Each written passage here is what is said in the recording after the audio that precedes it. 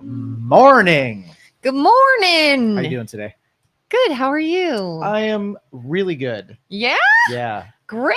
Let me share this experience with you because I think Yes. everybody should do this. In fact, it should be mandated. I think decision making should be suspended for about a week, and an authoritarian rule should just come over you like a cloud. All right.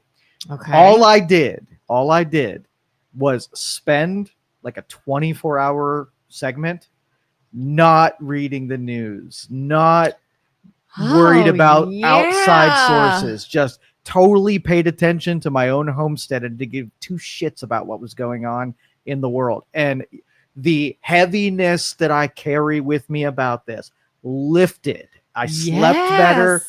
Everything was better in every way.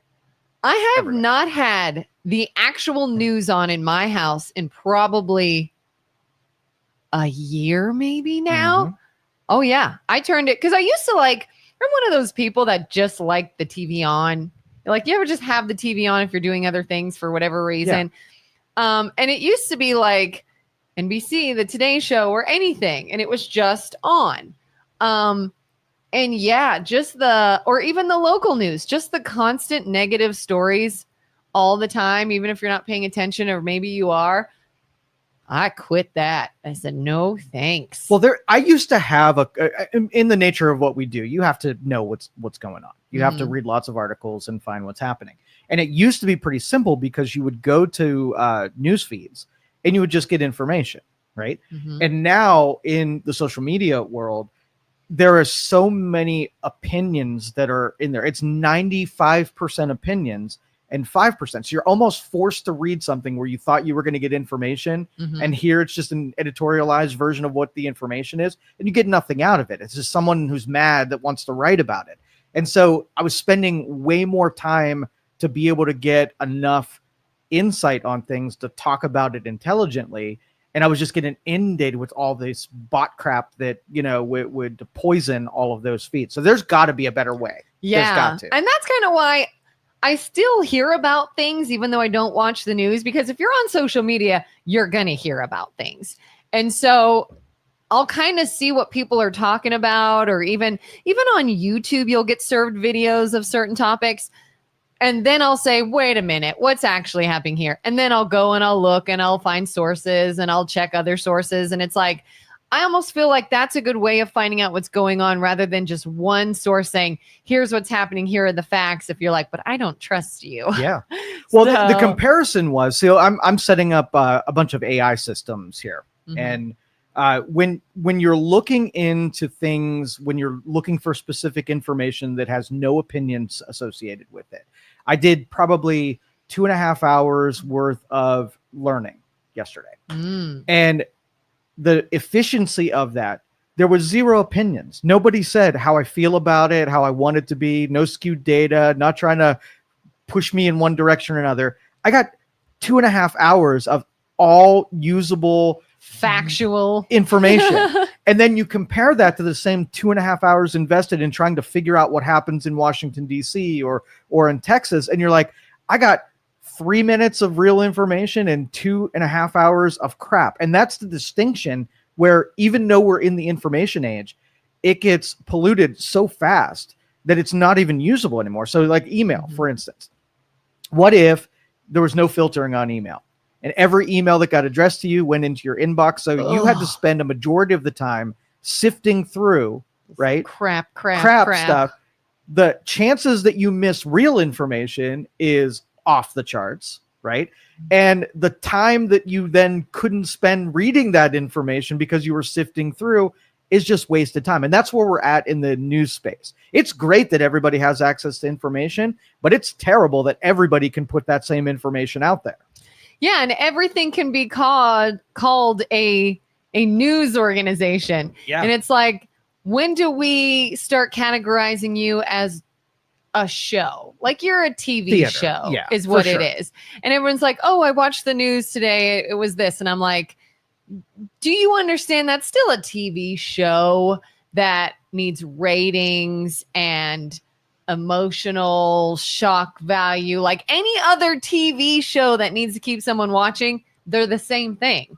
but you're looking at it differently as though it is a solid source of factual information, and it may not be. Yeah.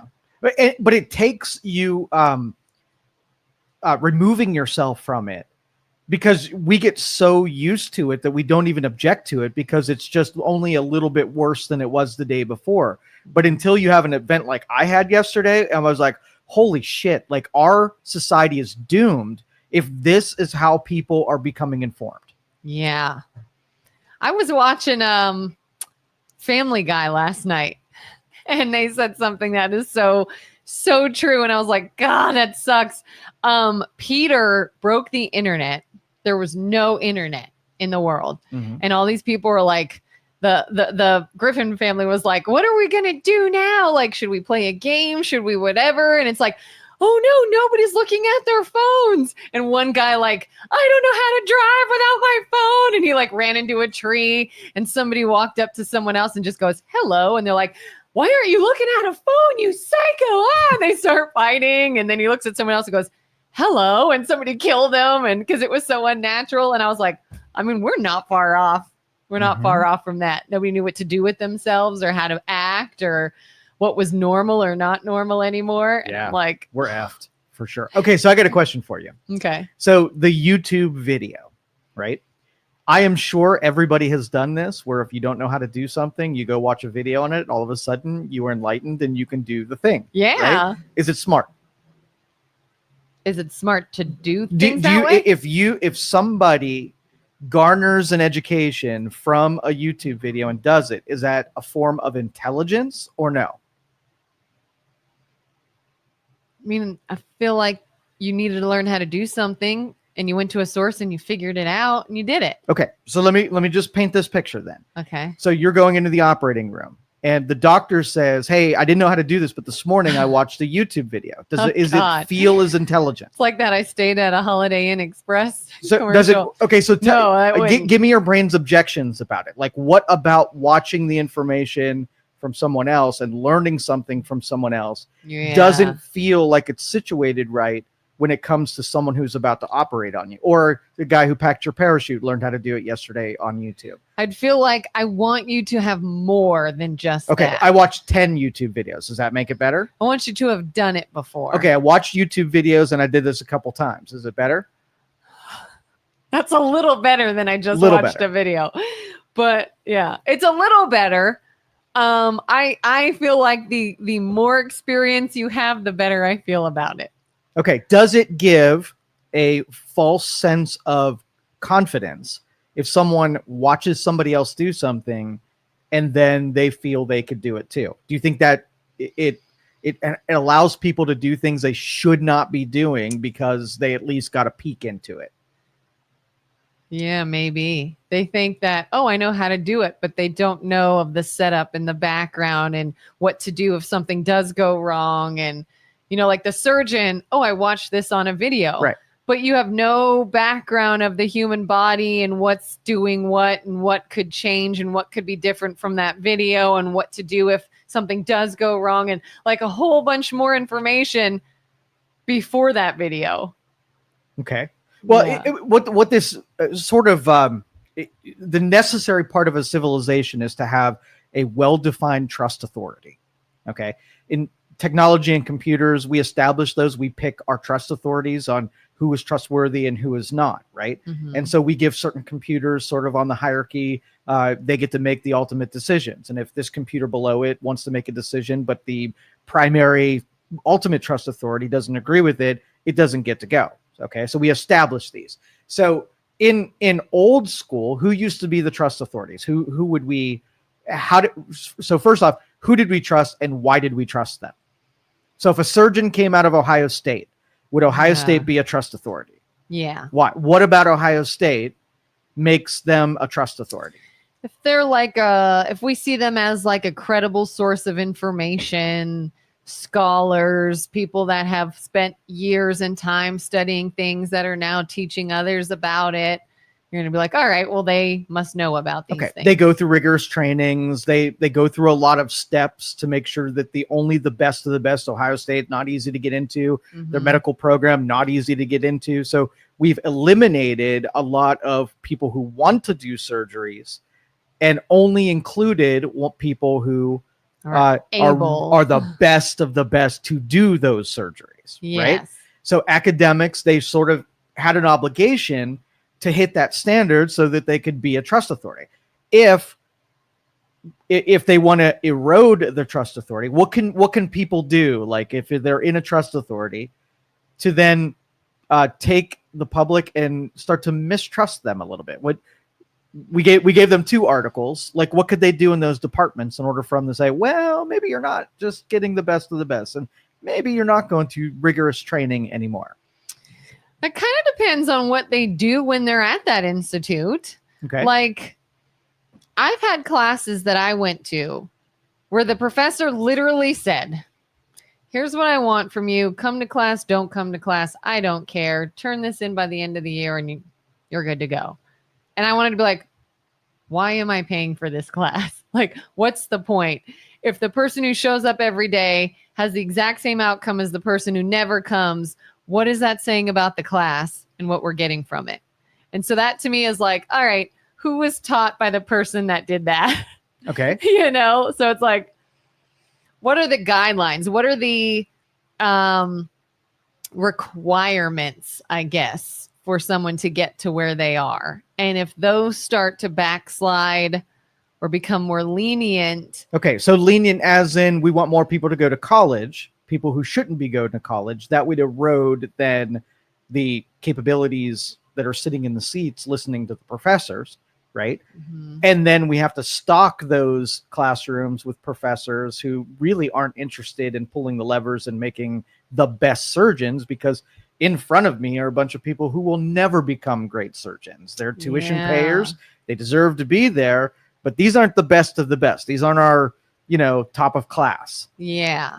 Yeah. There's someone that's like, oh, I was an A+ student. Someone's like, I barely squeaked by with a C. Yeah, well, they needed more of my ethnic class, and so I'm here because they wanted to see more of me here, right? That would definitely erode the trust in academic institutions. So we're doing all of the things that erode trust and the things that should be sacred for the sake of what stuff that feels good, right? So, for instance, let's just say you were taking a Taekwondo class. You were like, hey, there's too much crime in my area. I want to make sure that I can defend myself. You want to be a warrior. You want to be able to protect yourself. So you go to these classes, you pay your money, and you're on the mat and you're doing some stretches. And first day, the guy's like, hey, for $10, here's a purple belt, right? You can get this purple belt. And then you're like, okay, but I can't do anything yet. Why do I? No. I didn't earn it. You would be respected if you're wearing this belt. And next week we're having a test, and you can get a green belt. It's only going to be $60. You show up, and we'll even help you break the board, right? Yeah. Now you have a freaking purple belt, right? And you're sitting at home, and you're like, I'm a purple belt Taekwondo person. You telling all your friends, but the test, the real test is, I'm going to say, you're in an alley. Right? And an attacker comes up to you. You have 2 choices now. Use what was taught to you because now you're a warrior, or show them your green belt. And the more valuable thing, the thing that I think that would get you out of it, is even though you don't have the actual skill that you paid for, the belt might intimidate them and they might run away.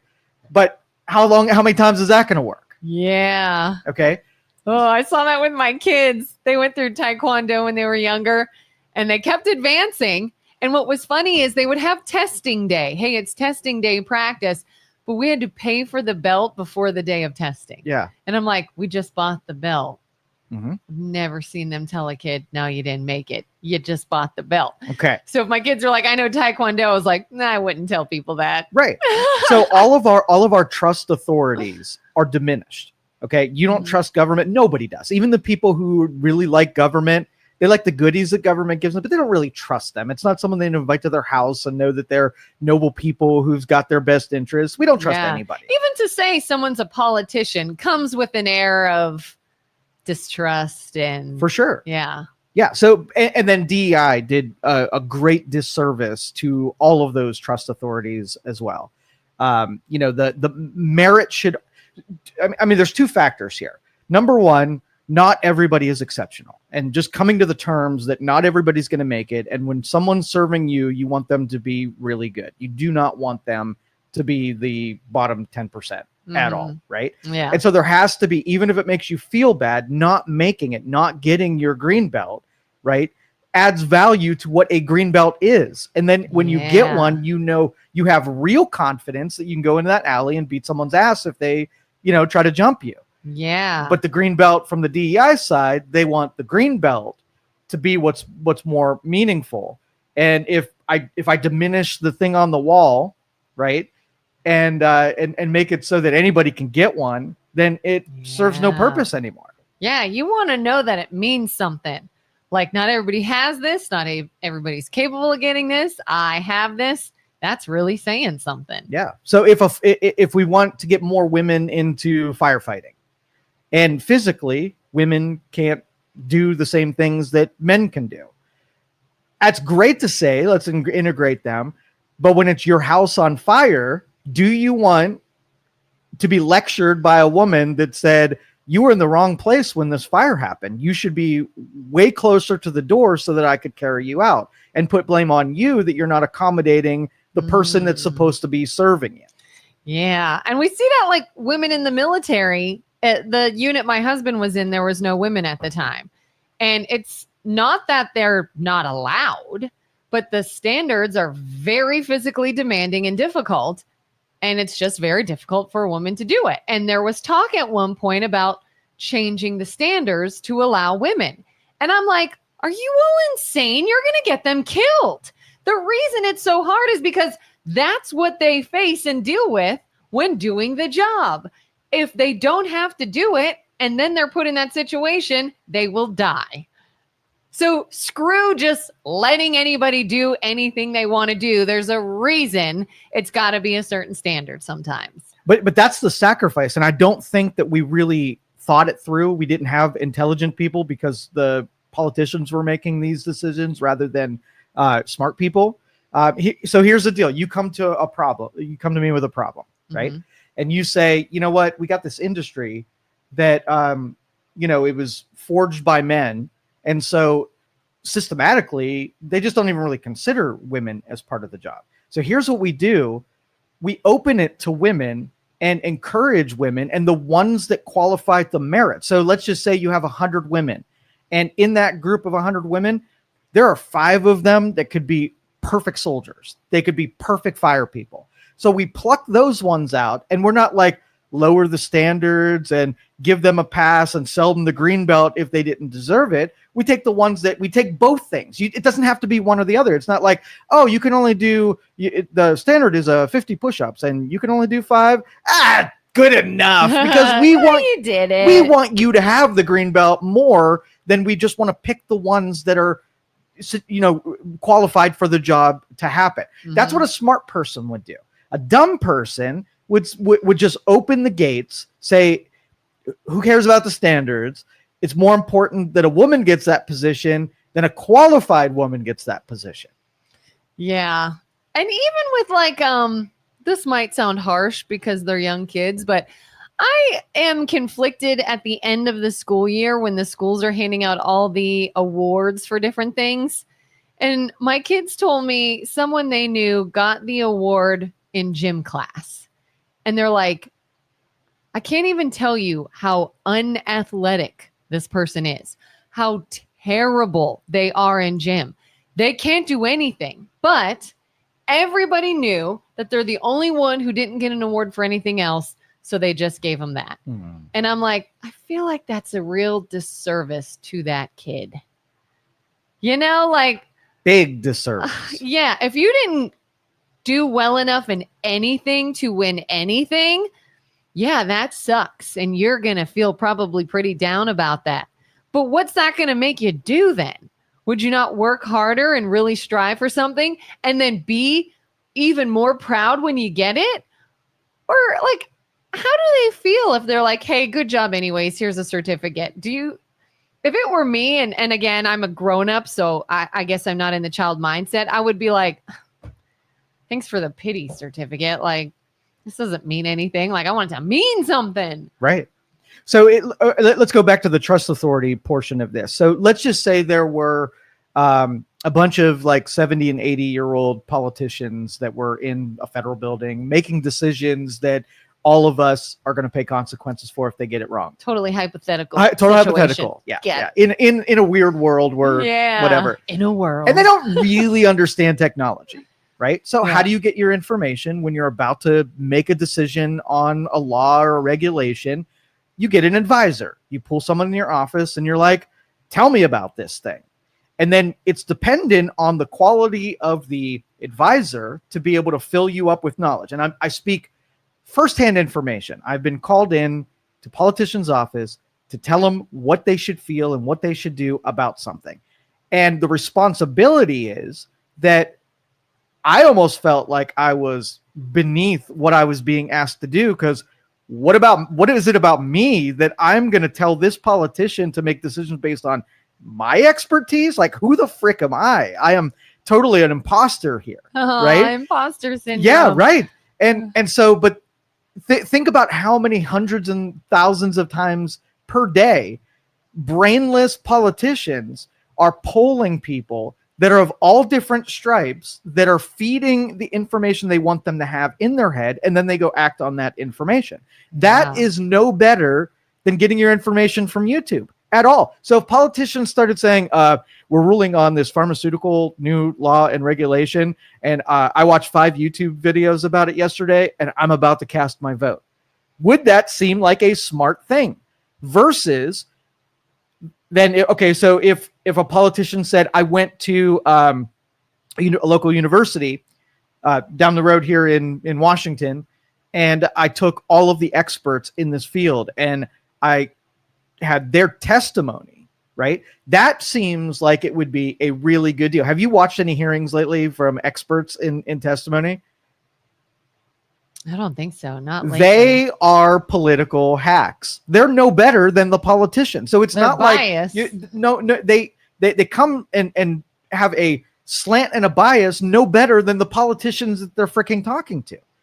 And so the trust authority, and that's the real danger in not having an established standard of sacred trust authority with universities. If they're captured with the same biases that are in politics, all of their expertise is going to come. At least I wasn't afraid to give you good, bad, or different. I wasn't slanted. I wasn't looking to get business. I was sharing the stuff that I knew, and I didn't hold anything back. I felt like the imposter. These dipshits have no lack of confidence, and they have no compunction about sharing their most biased versions of. Well, and in fact, they're encouraged to do so. For sure. That's why they're there. Yeah.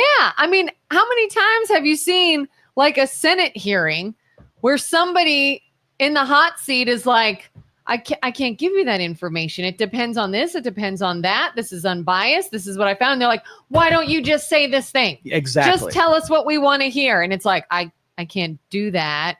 And they'll push you. They'll push you. Take a stand. Take a side. Tell us this. Tell us that. And it's like, you're almost not allowed to be impartial and just present facts anymore. You've got to be biased. Like, pick a side and stick with it.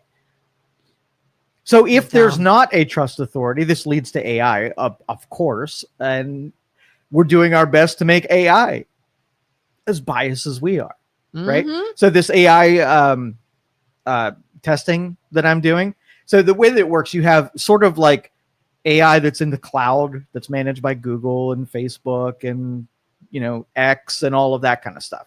Those have learning models that are parsing through articles and people's social media posts, and it gets put through some metrics and it comes up with ideas, right?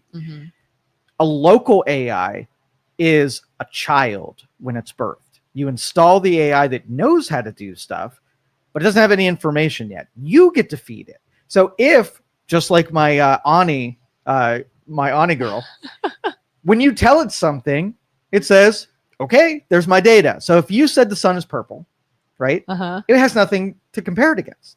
To it, the sun is freaking purple. So if you wanted to have an unblemished AI, you would only pick people that feed it information to be the experts that don't have an angle Yeah. that they don't want something to be true. They just share with what they know. And if you took that sacred AI, which do you think in the end would be more useful? The one that has to put 90% of its effort in making it less biased by weighing certain pieces of information, or one where you only give it a handful of people that are allowed to tell it stuff? The first one's more useful. How so? Tell me. Well, I feel like if you want actual information and to make true decisions based off of true information, it can't just be fed biased stuff all the time. You're just getting one side again. Okay. But the depth of information is in rather than 2 million contributors, you have 12 contributors. You might seem like you get more solid answers when it's smaller. Like if people think it's definite, oh, here's your answer. Whereas the other one might be like, well, it's this. However, you have to consider this, and then other people this, and it might be a little more of a what's the word? Not difficult, but complicated subject matter that you're looking up. Whereas if you're like, oh no, it's this dude, you're good, go with it. Oh, okay. Does that make sense? Well, sure. And that's really the crux of it. The more people we incorporate in it, the more people are trying to get their information to bias it, to trick it. So if I were in charge of my, if I were in charge of my AI, I would be very defensive on who I let in. I guess I was assuming the first example was a whole bunch of unbiased, noble people. Noble those people ones were doing this. Yeah. I didn't think about that. Yeah, but if I was hand selecting and my mission and my motive was to make it so that there was just truth, I would have to defend against those people who had an interest in making it biased because it helps them. So how do I even pick those people? It would be hard for me. I maybe can name off the top of my head 2 or 3 people who I know that I could have them feed data in it, and I would not be surprised on the other side when it's just truthful stuff. They weren't afraid to say, here's the good, here's the bad. I have no interest in this. This is just what I know. Yeah. Everybody else I know, right, would take an angle because they don't know how to not take an angle on something. I'll say I think it's very difficult for people to do that. Even if they want to do that, it can still be very difficult. Okay, so let's do a child. You have a baby child that knows nothing, and you for the first couple years, the only thing that child knows is what you have taught it. You gave it its principles and its meanings and the rules to follow, what's wrong and right and wrong. But one day that child is going to wander to the playground, and it's going to start collecting influences from people who might say things different that then poisons the thoughts from your child. Okay, so how, as a mom, would you defend against the influences of people who are playing on a different playbook than you are? I'd probably give them that information ahead of time. Like, here's what's right. You're gonna hear this, this, this, and this. Don't listen to that. Stay on course with this. Like, sort of giving them a heads up of other ways of looking at it. So when they hear that, they'll be like, oh, I knew that some people feel that way, but that's wrong. You know what I mean? So do you think the more exposure they get to the people, the more exposure they get to people that are not you, is an increased chance that something might permeate aside from the rule set that you gave them of what to discount? Yeah. I think the more exposure to other things, the more they're going to be like, now I'm wondering, maybe I am going to consider Now, if you that. bubble them and you just don't let them go outside and have exposure to other people, then their information would be pure, right? It would be your teachings, your knowledge, everything. Do you think that's good to have a purer version?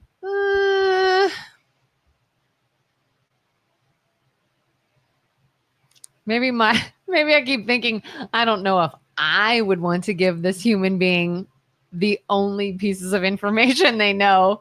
I would kind of want them to experience other things in the world. Okay, so for the first level, then you start lending your kid into environments where everybody has been checked. Make sure that you have the credentials, the standards, good upbringing, where they grew up, what they believe in. And when they go into those environments, they're going to be congruent. There's going to be some things that they probably pick up that you didn't teach. So they might get exposure to things that are even better, make your teachings even better. And there might be some stuff that they've been permeated, because it almost works like an STD. If all those kids were at the playground, they may have picked something up from somebody who were there. And even though they're good, they might loft one of those ideas or beliefs or untruths or biases at your kid. And now your kid now has the scratches, right? So, but nature teaches us how to do this, right? There's a system in our body called the immune system, right? And what it does is a healthy immune system does not keep itself in a bubble. Right? It gets lots of exposures to foreign invaders that want to parasite and do damage and exploit the body, and the body doesn't want that to happen. Yeah. So what it does is it gets a small sample of it.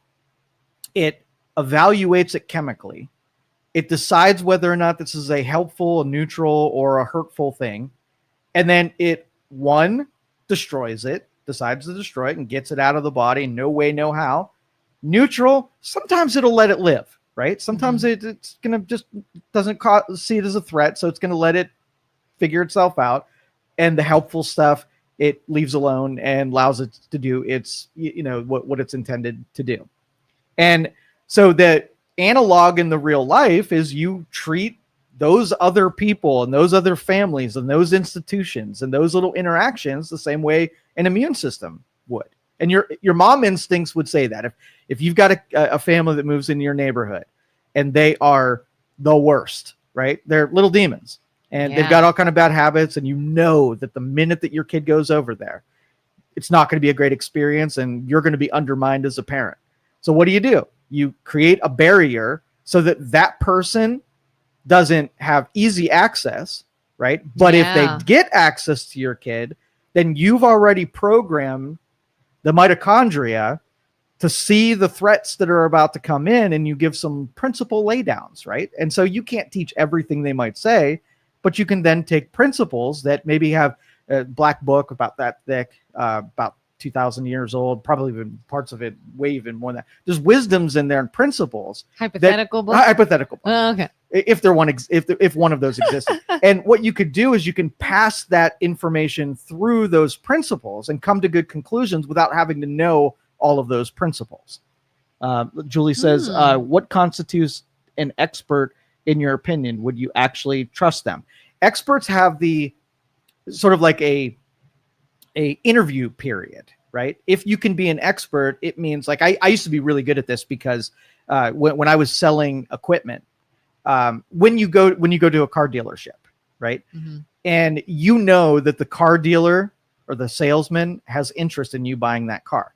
If you went in there, would you ever expect that you go and buy a car and you say what you need, and amazingly that car is right here? Holy crap. So convenient. Totally awesome, right? Yeah. But an expert, when people walked up to me, guess what might happen every once in a while? What you need isn't something that I sell, but that guy over there, that guy has it, right? Yeah. And that person's like, what just happened here?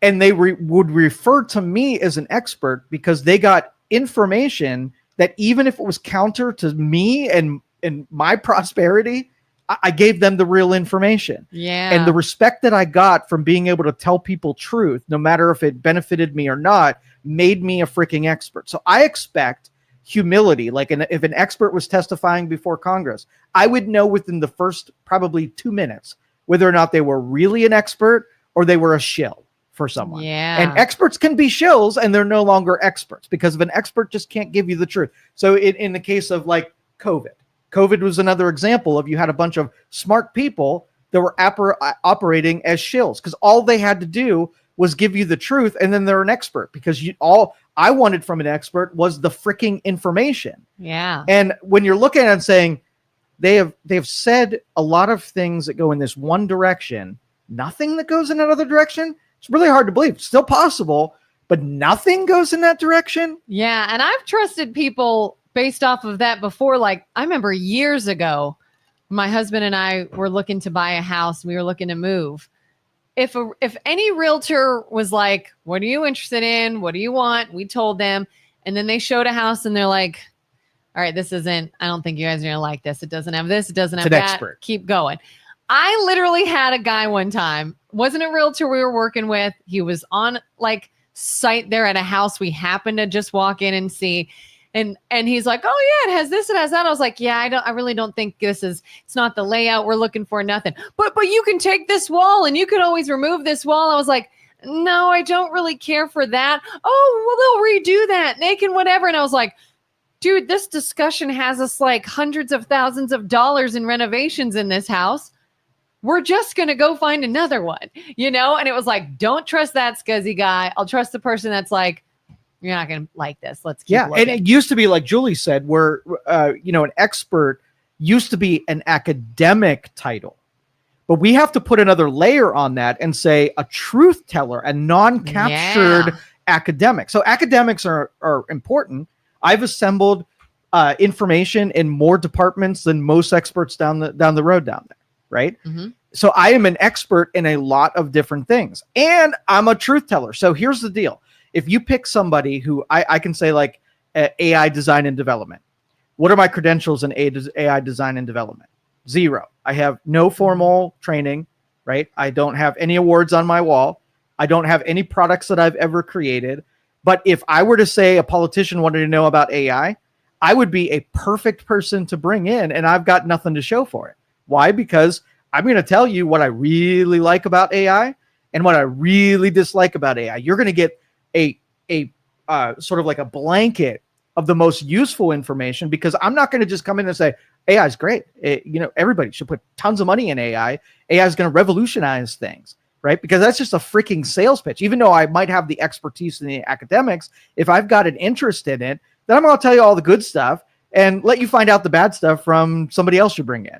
Yeah. I'm like, if you want someone that has a whole bunch of documents and certification in one realm, taught with one bias and one agenda, like that's what you got to get. Yeah. Do you want your realtor that's just going to try to make you do something against your will, even if they have the licenses to prove that they should be able to do this? Yeah. If they are biased in what they're showing you, you're like, yeah, I don't trust you. I don't want you to ever serve me again. Yep. There's what's it called? What's that phrase when when you remove yourself from something because you're too close to it? What is that called? Oh my God. When someone's like, hey, I can't get involved. Yeah, I know what you're talking about. I can't come up with the word. Oh, help me, guys. Anywho, I can't think of the freaking term. I'm sure somebody's typing it right now, but there are instances where someone says, I'm too close to this. I have too much of a connection. I have to recuse myself because I'm a part of that. What the heck is that called? Help me, internet. Dennis is saying birds aren't real. What? Why do you? I don't know. Why are you dismissive about that? Birds aren't real. I remember us talking about that, but I don't remember why he's abstain. It's not abstain. It's like a phrase. Conflict of interest. Conflict of interest. Okay. That's what I meant. God, I'm old. No, it's all good. No words. Conflict of interest. If someone has a conflict of interest, I feel like that's a good thing to keep in mind when you're trying to find an expert or information. Like, what are you getting from this to give me this information? Right. What like, why do you want to give me this? Or why do you want me to know this? It's like, hey, you need to know that this drug is very, very useful. And if people don't take it, they're going to die. What's in it for you? Oh, I also make money off of it. Well, no thanks. Yeah, you are too close to it. You have too many conflicts of interest. I want to hear from someone. And the other side is true too. If you, so for instance, if you took Julie and you put Julie on the defense of Donald Trump's actions committee, right? It'd be really hard for Julie to say nice things or complimentary things because maybe 5% of her would be willing to say, okay, well, I kind of agree with that thing, and begrudgingly. Yeah. And 90%, which should be super willing to jump on things that are non-complimentary and be critical of them. So how do you get a truthful median between, getting someone, if she gave Trump a compliment it would mean that must be really true because I know she doesn't want to do it. And if the pharmaceutical rep says this drug isn't for you when they have an interest in it, that carries a lot of weight, right? Yeah. And the media tries to do that too. Like, especially when it's an election year, we saw, especially in this last one, people that we associated with one side coming over to the other side. And then everyone's like, oh, look, even so-and-so, even they're jumping ship with this person and they're coming and they're supporting this person. That should say something to you. Yep. But then someone's like, yeah, but your person just jumped ship and came over to our person and that should say something to you. And so you could almost sort of weaponize that aspect. The current one is the California gerrymandering. This was stark. This was my favorite thing of this month. Right. I was talking and battling and arguing with people who just were, the pearls were clutched so tight that anybody would gerrymander. Like, it's the most evil thing you could do to gerrymander a state. And then Gavin Newsom says, well, we're fighting fire with fire and we're going to gerrymander next time to offset Texas. Those same people, the clutches were gone. The pearls were safe. And they were like, yeah, get them. Of course we should. And I'm like, whoa, whiplash there. What happened to gerrymandering is freaking terrible and evil. Like, people like you and I, we're still on. We don't have to say anything different. No matter who's doing it, we feel the same way about it, right? Yeah. It's bad when Texas does it. It's bad when California does it. We should do less. It's not like, oh, it benefits my side. Oh, gerrymandering. Let's gerrymander. Well, we're going to do it, but they did it first. Not better. Now we're 5 years old. Now, Yes. now we're 5 years old. So that was my favorite because I know the people who were upset about it last week and now are for it this week. There was a moment where they felt it like, holy shit, I'm a hypocrite. And now Like, Joe knows it. That? Yeah, it Did was you just, feel the devil by your soul just then? or they get super quiet and that they're sitting in a corner rocking a little bit, knowing that they I just feel dirty. They picked a bad hill to die on for sure. Yeah. Carter says, best example was Al Gore with his climate change agenda when he was making millions in the green industry. Oh, and you could pick any of those, like the race hustlers. Those are probably the most evil amongst us. Yeah. The people when something racial happens and they pop up out of the woodwork and they make a couple $1 million and then they just kind of go away and then they're just sitting waiting for the next racial thing to happen and then they exploit and that deal, and really they fuel racial hatred. And they have an interest in there being more racial hatred. They can never let that go away because that is their only trick. Somebody just yesterday sent me a reel on Instagram and it had all these words and definitions. And it says, what is a Nazi? And below, a person winning an argument with a liberal. What is a racist? A person winning an argument with a liberal. What is a bigot? A person winning an argument with a liberal. And it was like all these like names. And it was like, what is that? That's just someone. That's what you're going to get called when you actually start winning an argument or making sense or showing contrary information to what they believe. And no offense, Julie, not all liberals. It was a funny reel. How dare you? I know. How dare you? Dare you? Look at all the expert that got it wrong with COVID-19 because there was an incentive to really, and I can't, I'm not going to put them all in the same basket. There were truly people that if this was bad, they had to take extraordinary steps to save people. There were the humanists in that made decisions not because of profit, but there was a whole lot of people that were scaring those people into making bad decisions because they did have an incentive. If you don't think the manufacturers of all the stuff really wanted to get it in everybody's arm, I don't know what's wrong with you. Yeah. And I knew a doctor back when this was going on, a pediatrician, that I said, hey, I don't know what to do here. Are you for the vax? Are you against it? I don't know much about it. And he was for it, but his office did not give it. And I was like, what? You said people should get it, but you're not giving it? No. And he's like, because I don't want anyone to ever think I'm doing this for the money. Because a lot of doctors' offices, a lot of different agencies got paid to promote it and to push it. Right. And he's like, I'm not taking a dime from this drug or anything. And he's like, I think it's good. I think you should get it. And he may have been right or wrong. I don't know. But I could at least respect that he's like, I'm I'm saying this off of my medical opinion, not because I'm in the pocket of somebody.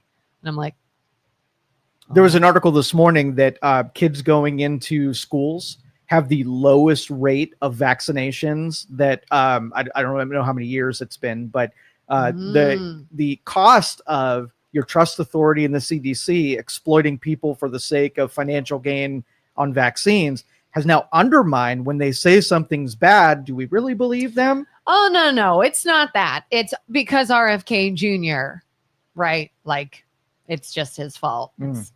For whatever reason, it's all his fault. It's all his fault. Listen, we said we weren't going to do sarcasm today. Oh, yeah, no sarcasm today. No sarcasm. That's right. Thursday. Shoot, I've already messed it up. Yes. So, but if politicians were smart and they didn't just use RFK as the blame, and they said, oh, we really hurt ourselves by taking an institution and blemishing it by how poorly we communicated with the public. We did not do things that allowed people to trust us because we shared it. And the worst part is, if they got things wrong, it's understandable. But to continue getting things wrong once you knew they were wrong, that's what was unforgivable. And the shaming that goes along with questioning. If you were like, I am a parent and my biggest concern is what I do with this child and how I keep them healthy, and I am trusting all these other people to feed me the best information to make the best decision, and I am unsure, and I need to see some more data, and I need to ask some more questions, and you're shamed for that? Why do you not just blindly trust us and go with this? I think a lot of people got sick of that. Yeah. If you have ultimate control over another person and you guess wrong, right? There's only two ways to do it. Number one, the first way is don't ever be wrong, and then I'll continue to trust you because you're always right. And why would I question you if you guess right a lot? But if you're wrong, at least you lay it down and that you were wrong. But they gaslighted you. And even when they were wrong, they kept referring and they kept insisting that no, they were right. Like that blows my mind. And they did a huge disservice because now families are now questioning whether or not they want to pump their kids full of vaccines when they go into school because of the dangers. They just have a mistrust with that whole portion of our government. And now somebody's really going to get sick from something that was totally preventable. And all you're going to get is finger pointing. You're going to say the liberals are going to point at the skeptics and say it's all your fault. And the skeptics are going to say, no, it's the CDC's fault. But still people are going to die in the thing. So there's no smart people that are going to govern this. And I even with the whole, we were talking about the Epstein list the other day, any shred of confidence, I guess, or trust that Trump was maybe on the side of right with the Epstein list and was going to do what needed to be done went out the window when he started gaslighting us about we're still talking about the Epstein list? What, people are still bringing him up? What are you talking about? I went, whoa, dude, you know damn well we're still talking about this. Don't sit here and make us look like crazy people. You were just talking about it last week. That's when I went, don't trust you anymore either. Yep, exactly. Julie says, sarcasm is great, Kelin. It points out idiocy. And that's what we do. Yep. Point out idiocy every stinking Too show. bad there's so much idiocy on the internet that you can be sarcastic and people don't realize you are. That's right. And they think you are being serious. Julie says, you're so wrong about me. I wish every president did the best for the country. I don't expect perfection, but when I see corruption, I call it. And that's why you're well respected on this show, Julie. We do pick on you a little bit because it's fun and we know you can handle it and you can dish don't worry, it right Julie, back. You're not one of the crazies on that side. No. In fact, we should have a Julie day. Julie comes on the show. We have to. Come on, Julie. Join us. I saw her the one day. She was like, yeah, I'm not about to come and just get hate on the internet. Like, no. We get hate on the internet every day. We cry ourselves to sleep. See, the experts took steps to benefit and took advantage of it, meeting people in the process. It's because the CDC has turned a blind eye to the aerosol and its negative effects for too long. Yeah, that's an and if let's just say we're like, okay, it's been 5 years and here's the deal. There were a lot of drugs that were on the marketplace that could have given people a bigger advantage over the COVID-19, right? But if there would have been alternatives, then we couldn't use emergency protocols and we couldn't have rushed this COVID-19. So we were at a disadvantage, right? Mm-hmm. Yes, that would have been helpful, but we would have given up this to be able to get this. That's why we did it. And if we could go back in time, we would have changed that, right? And made it so that people had access to things that we banned, that we made it unavailable to people. And that kind of talk would have at least reeled me in and said, okay, well, at least there's some conscience somewhere in government. At least they can say that they were in a predicament and they made some bad choices, and here's what they were. We did the best we could with what we had in a desperate situation. We learned from this. We'll never let this happen again. Exactly. Like any verbiage like that would have been okay, something. Right. And so how many of the things that caused the problem have been fixed at this point? Probably zero. If we hit a pandemic tomorrow and they have to do emergency production of a vaccine, and there's still some kind of guideline that says you can't have any other alternatives, are they going to be like, what are we going to do this time? Yeah. Nope. Julie says, I truly have a fear of public speaking. I can write, but I get tongue-tied when speaking. Also, I make weird faces. Hello. I make weird faces every day. That is interesting, though. I was a communications major in college, and we learned public speaking is the number one fear of people, more so than death. People would rather die than speak publicly, which to me is crazy because I can find it a bit nerve-wracking, but I don't mind it if I know what I'm talking about. But okay, so here's the reason why. Here's the reason why. And this governs a lot of social media as well, and why people behave that certain way. But it's changing too, so we can talk both of these things. So number one, people do not like to be judged, right? Yeah. To be able to be thought of as stupid. Oh, so Carter says, I'm with Julie. They agree. See, unity, and it unity. So sorry, go on. So anyway, so when people are speaking and you have 1,000 people's eyes locked on you, part of your brain says, how many of these people are judging me right now? How many people think I'm stupid? How many ugly? I just messed up a word. And you get this spiraling effect where you start hearing your heartbeat in your ears and you can't see anything anymore. And the anxiety. Forget everything you wanted to say. So everybody has that moment of that panic that happens. Now, people who do it often get beyond that moment and they're able to calm themselves down and put different thoughts in their head. And who cares if people are judging me? And when you go on social media and people do judge you and make you mad and make you feel stupid, it desensitizes you from the judgment of others. Like if you took an Amish dude, and this is the stereotype of Amish. Okay. So a person that's just had a very vanilla upbringing. They don't even know curse words. That strata, right? Me. I'm just Kelin. Yes, Kelin. And if you took them and exposed them to the conversations on X, right? And they see mean words and they see people just batting each other over the freaking head any chance they get.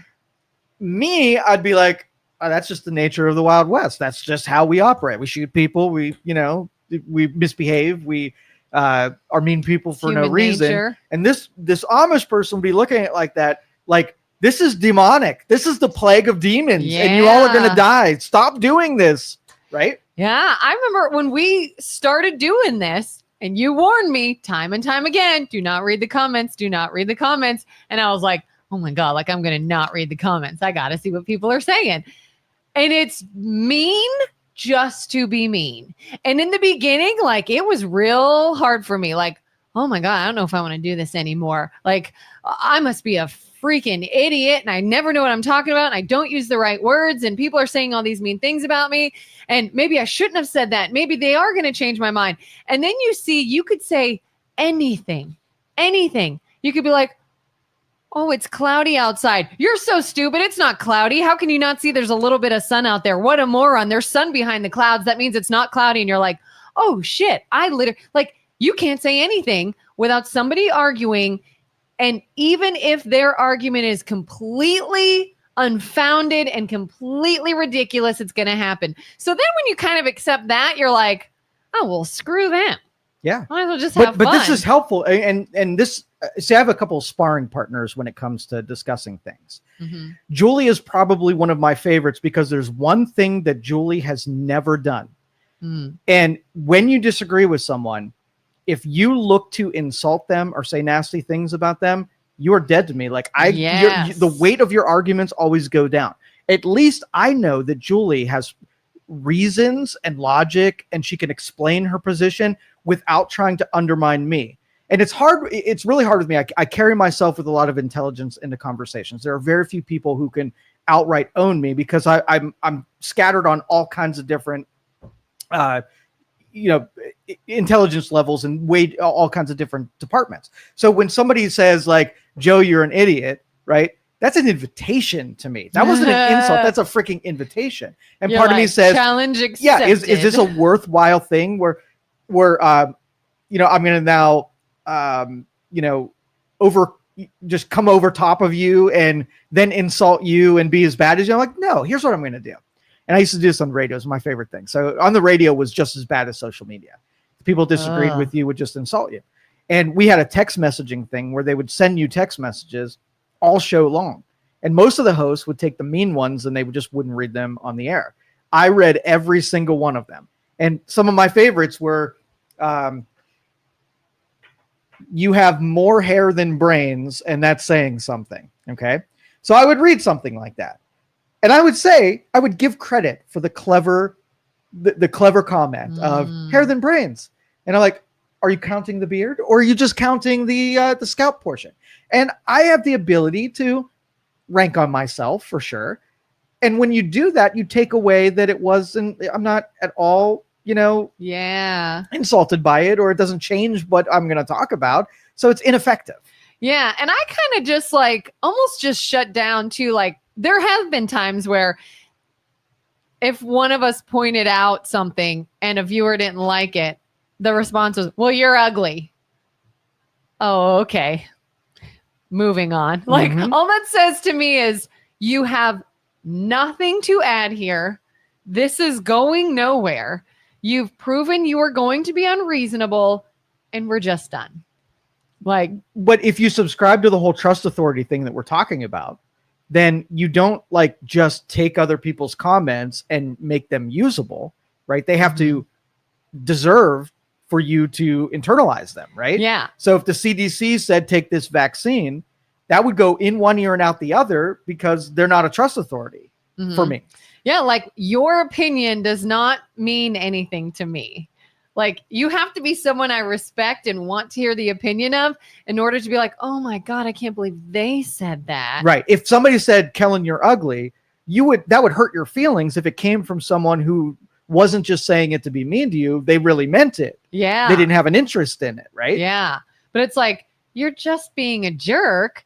It falls flat. Yeah. And don't let my comment linger. You're not ugly, Kelin. Thank Okay. you. I just I was starting to wonder. I know that your brain would have vomited that out at a later time today. Maybe I really am ugly. All the weird faces I make.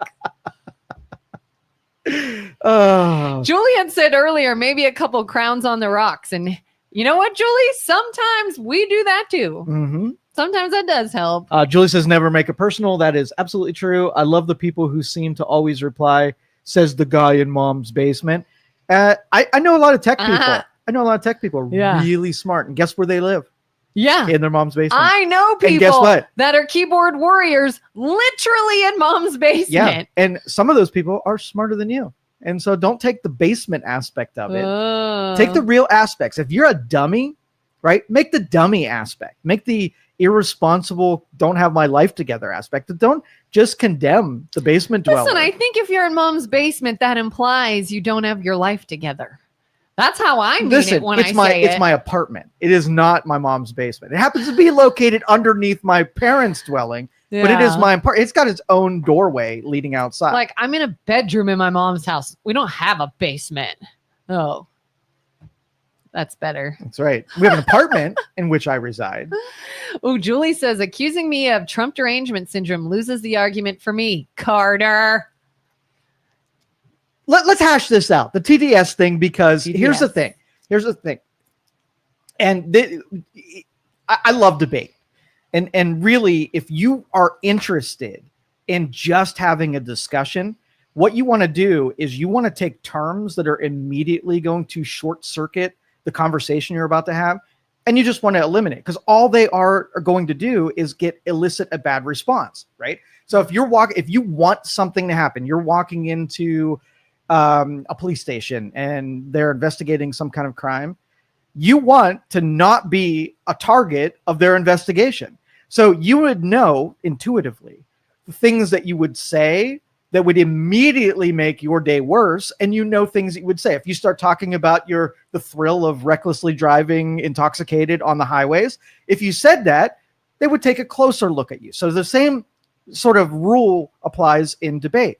If there were a Republican and a Democrat that were working on legislation and they needed to make concessions with one another, would I walk in the room and poke them in the eye? No, because then it's going to soil everything that happens after that. Mm-hmm. So I agree with more Julie here, that somebody's got to pick up decorum and say, all right, this is silly. All we do is try to make each other mad, and then we can't talk about anything because we've turned off the intelligence part of our brain and we've turned on the fight part of our brain. So Carter's yelling in all caps. Really, Carter. And really, we're not arguing that TDS exists in our psychology right now. We're not. What I am telling you is, if you want to have a conversation with Julie on the merits of the argument, refrain from saying the words Trump deranged. You could even substitute it and say, well, you just don't like the guy, and so you're going to say mean, nasty things because I'm questioning whether or not you can be objective about talking about Trump. I said TDS, but I used words that weren't immediately going to make Trump. Now, maybe Julie sits back and says, well, maybe I do put this through some filters that, skew on one side of the argument more than other. And I'll thank you for the information. Yeah. I mean, in the same vein, just as though you should not use TDS if you're trying in any way, shape, or form to get someone else to see your view. It's the same way that people on the right have totally tuned out to being called names like racist and Nazi and all this. Now, when that starts spewing, instead of it really meaning something like, oh my God, what an accusation, that is serious, let's address that, it's whatever, here we go again, boy who cried lazy. wolf, name slinging. Yeah, so if you start off with the Cheeto or the orange president, I don't even read anything you have to say. You've already said this one's not for me.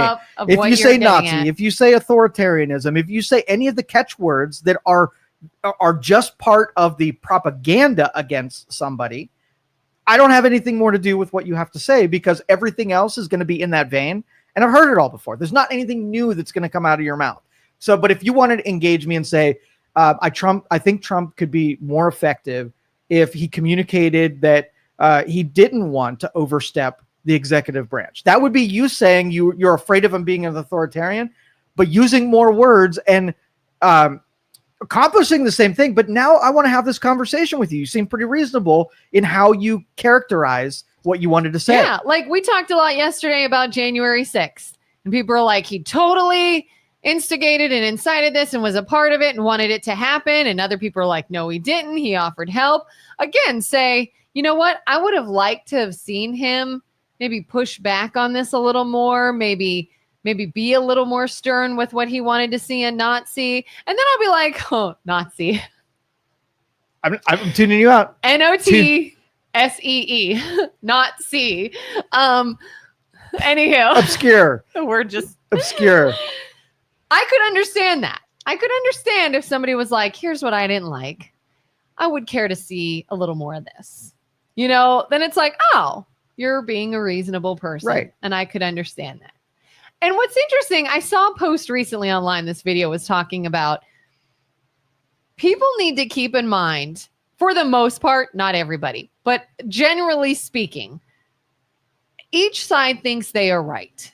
each side thinks they are on the side of good and they are doing the good, right fight. So if you keep that in mind at all times, when you are disagreeing with someone and you're talking about something that you believe you're right and you're on the side of just helping people, they also believe they are right and on the side of helping people. Each person thinks they're doing a good thing. Maybe they're misinformed, but come at it at that angle. Right. Not you're just an a-hole, you're just an idiot, you're evil, you're whatever. It's, hey, we both are good people and we see things differently. Now you can discuss. Yeah. But there's 1,000 of these things that if you made a list of the things that make you check out, do the on one side. So let's just say we wanted to talk about Joe Biden's mental capacity towards the end of his presidency. It's a conversation that you can actually have. But I could say some things about it, like vegetable Biden. If I said that, right? Sleepy Joe, you hear a lot. Exactly. Yeah. But do you see what's supposed to be a place where smart people go to lead the country? We have people that behave even more poorly than they do. We have we have leaders that should be rooted out of where they are, right? Mm-hmm. All the smart people say, this is getting too stupid. Like, I can't even be here anymore because it's just getting too stupid. We can't get anything done. Let's let the smart people win. But we won't do that. Yeah, and even the people in the leadership positions have gone that route of the name calling and the cheap shots and all of that. So it's like, oh, we now have no examples of how we should actually handle situations. Right. And hopefully it just gets so absurd that that's the end result. Really. Because if you only had a couple of people that misbehaved, if Trump was the only one saying really dumb things at 3:00 in the morning on X, typing in all caps and calling people horse face. Oh, no, that was Biden that called horse face. What did he call? What was some of his? What did he call that? Was it a prostitute that he had sex with and called her something? Anyway, if you're throwing just insults at people all the time, you're setting the precedence that now it's okay if at the highest levels of government that's okay to do it. Then why wouldn't I do it? Yeah. Carter says they never see a view when it comes to Trump. I agree with you, Joe, but we all like to push buttons. For sure. And Julie says delusional describes a state where someone firmly believes something that is not true despite evidence to the contrary. AI, I have evidence. So Julie, and I agree with you. Delusion is convincing yourself that something is true. Do you think you have any delusions? Do you think this applies to you? Dennis says, but the media intentionally fabricated the Fine People hoax to foment hatred. Absolutely. I think news networks tried to do exactly what you're talking about. Avoid the buzzwords, but look at how they get labeled anyways. Now, Fox, that's a different beast. They use all the buzzwords because they do it for entertainment. I don't know. I've seen a lot of reporters on MSNBC and CNN that buzzword up, and they use the delusions. These predicates, they drive me freaking insane. The predicates drive me insane because here's what kills me. You'll take something that is untrue. We'll say something like the felonies, Trump's felonies. Mm-hmm. And we'll use everything we say to a predicate that not everybody has come to the same conclusion on. So just describe to me Trump's felonies that he has right now. What are they? Because if you ask 100 people, they're going to say, does Trump have 34 felonies? Yes, he has 34 felonies. What are they? Wasn't one, oh my God, how did they word it? A lot of people want to accuse him or he was convicted of like rape or something, and he wasn't. It was, I can't remember. Okay. I can't remember, but it was a lesser thing. So that they get wrong all the time. So here's what it was. Mm-hmm. The felonies were he paid hush money to a girl to not say anything. Mm-hmm. Okay. Not illegal to do that. Congress has a slush fund for paying people off to stay silent. So far, so good. He paid somebody a couple $1 million. Not a felony. Not a felony. And his attorney made those payments. So Trump gave the attorney money. The attorney then distributed the payments. When they were put in the ledger of what those payments were, they were not categorized appropriately. I was going to say something wasn't categorized Categorized appropriately. Yeah. And in everywhere else, if I did this, if I went to my accountant and I put things that were uncategorized, right, and the IRS audited me and they were like, oh, you said these were office expenses and these were whatever's another category, right, there would probably be a fine and it would be a misdemeanor and I would probably pay out for having made the mistake.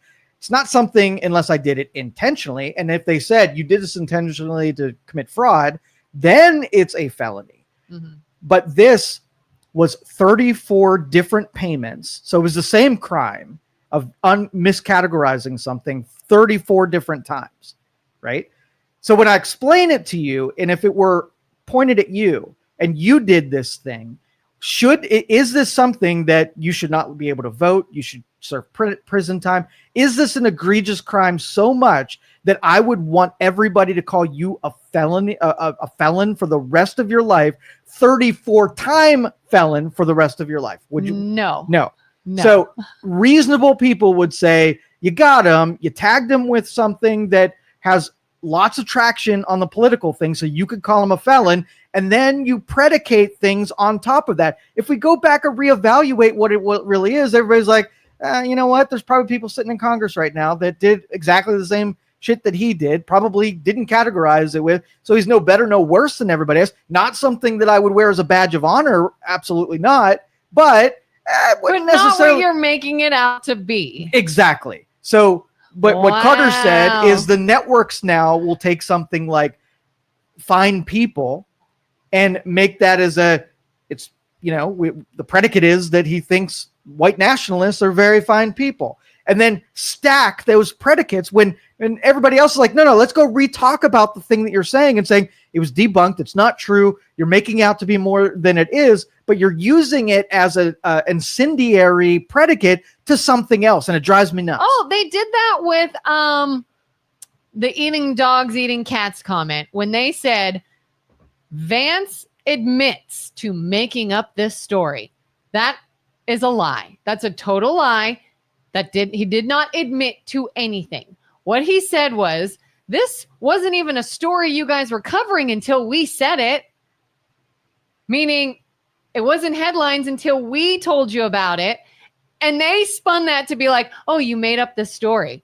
Not at all what he meant by that. So, Julie, the delusion that I would levy at you is that you probably think that Trump is a felon and not a guy that for political persecution got labeled a felon when nobody else in the country would be labeled a felon. And you probably think that he thinks that white nationalists are fine people. The delusion is that even when I've laid it all out on how it actually happens, there's something in your brain back there that's going to argue back, and then you're going to carry that delusion forward and still think it, even know that I have laid it out where you should feel differently about it, but are not going to.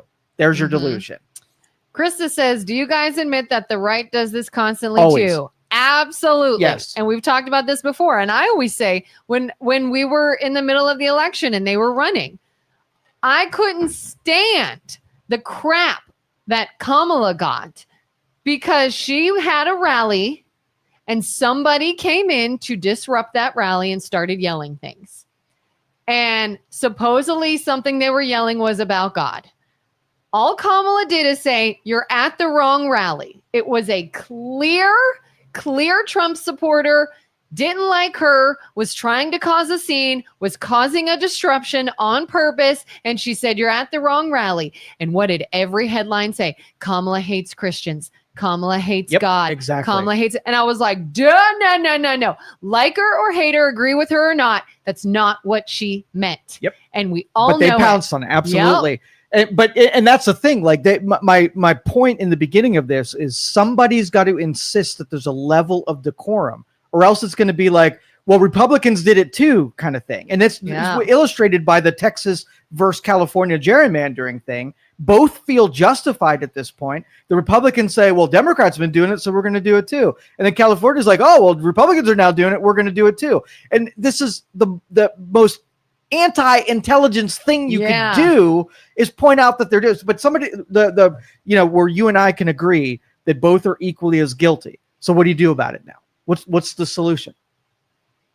Have more reasonable people that can out their own tribe, or not join a tribe in the first place? Yeah. In fact, Krista, if you watch us often, you'll start to see we are not for the mindset of one side or another, as in left and right, and we all fight each other. It's us versus them. It's the people versus the corrupt, aka government. It's not like, oh, the Republicans are the better, smarter ones, or oh, the Democrats are the better, smarter ones. It's watch what they're both doing, and for the love of God, let's us as Americans not be pitted against each other. When it's those guys that are misbehaving. Yes! It's like they're the ones pitting us against each other, and then we fight each other while they're like, enjoy that. I'll just get elected again next year. I'll make some more money, and if I'm losing, I'll just make you mad about something, and I'll emotionally appeal and tell you, hey, you're a victim to them, and I'll get you to hate them, not me. Mm-hmm. Like when we talk about bills, we use all the time the kicking puppies example. Somebody on one side can't wait to say the other side voted against something. Mm-hmm. They voted against kicking puppies. They're terrible people. And no one's like, hey, excuse me, that kicking puppies bill said that you can't kick puppies, but you're allowed to skin cats anytime you want. And I said, that's cruel. You shouldn't do that. So I voted against it. No. You voted against kicking puppies. You're a terrible person. Because you were going to skin cats. No, we're not talking about that. We're talking about what a terrible person you are. Exactly. That's how they work. That's the delusion that even after, if you ask the person, hey, why did you vote against the Kicking Puppies Act? They're like, oh, because I didn't like the skin cats. Now they know. Now it's no longer ignorance that was fueling, like, I would be outraged too if you thought that kicking puppies was a thing we should do. But now that I know, that's the part that I could say, oh, you know what? Let's clean up some bills here so that you don't have the thing you want and an objectionable thing, so that you force the other guys to vote against the objectionable thing. And then I can claim that you voted against the thing that everybody wanted. Yeah. Like, let's fight about immigration. Kick people out. They're here illegally. Why would you do that? They need to be here, but they're here illegally. That's a crime. Kick them out. But it's too hard to come into the country. Not talking about that. They're here illegally, are they not? But it's too hard to come in. Then how about you and I go work on how difficult it is to come in 100%. And we right that wrong instead of fighting each other as to whether or not we should kick someone out. That's exactly Let's right. go fix the process. Yep. Oh, what do we have here? Jerry says 34 were falsifying account records. Yes. Trump pounds radical left, et cetera, into the brains all day long. Yeah.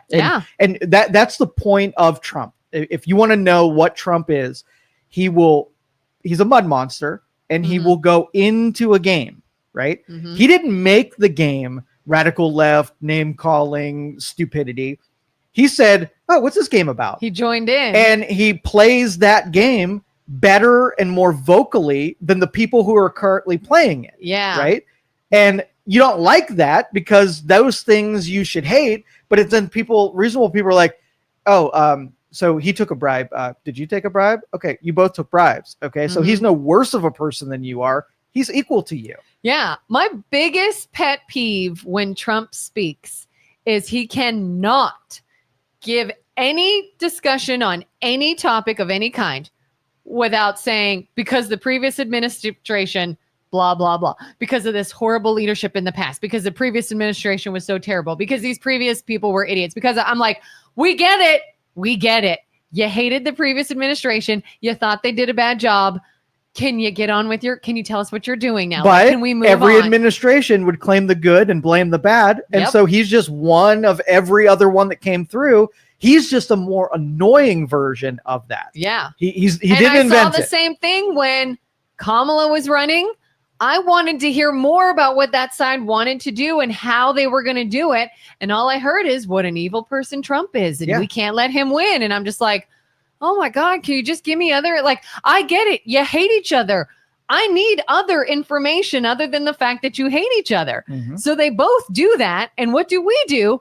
We fight each other instead of saying, hey, idiots, I'm not going to vote for either one of you if you don't give me something else here. I'll go find a third party. Mm-hmm. Also, his real estate loans, where they said he over exaggerated his properties when financial institutions always have the opportunity to verify. Yeah, and that Letitia James, was it Letitia that also did the same thing? I'm pretty sure that he's not the only ones that ever done it. But in a Democrat's mind, he is the first person to break that rule.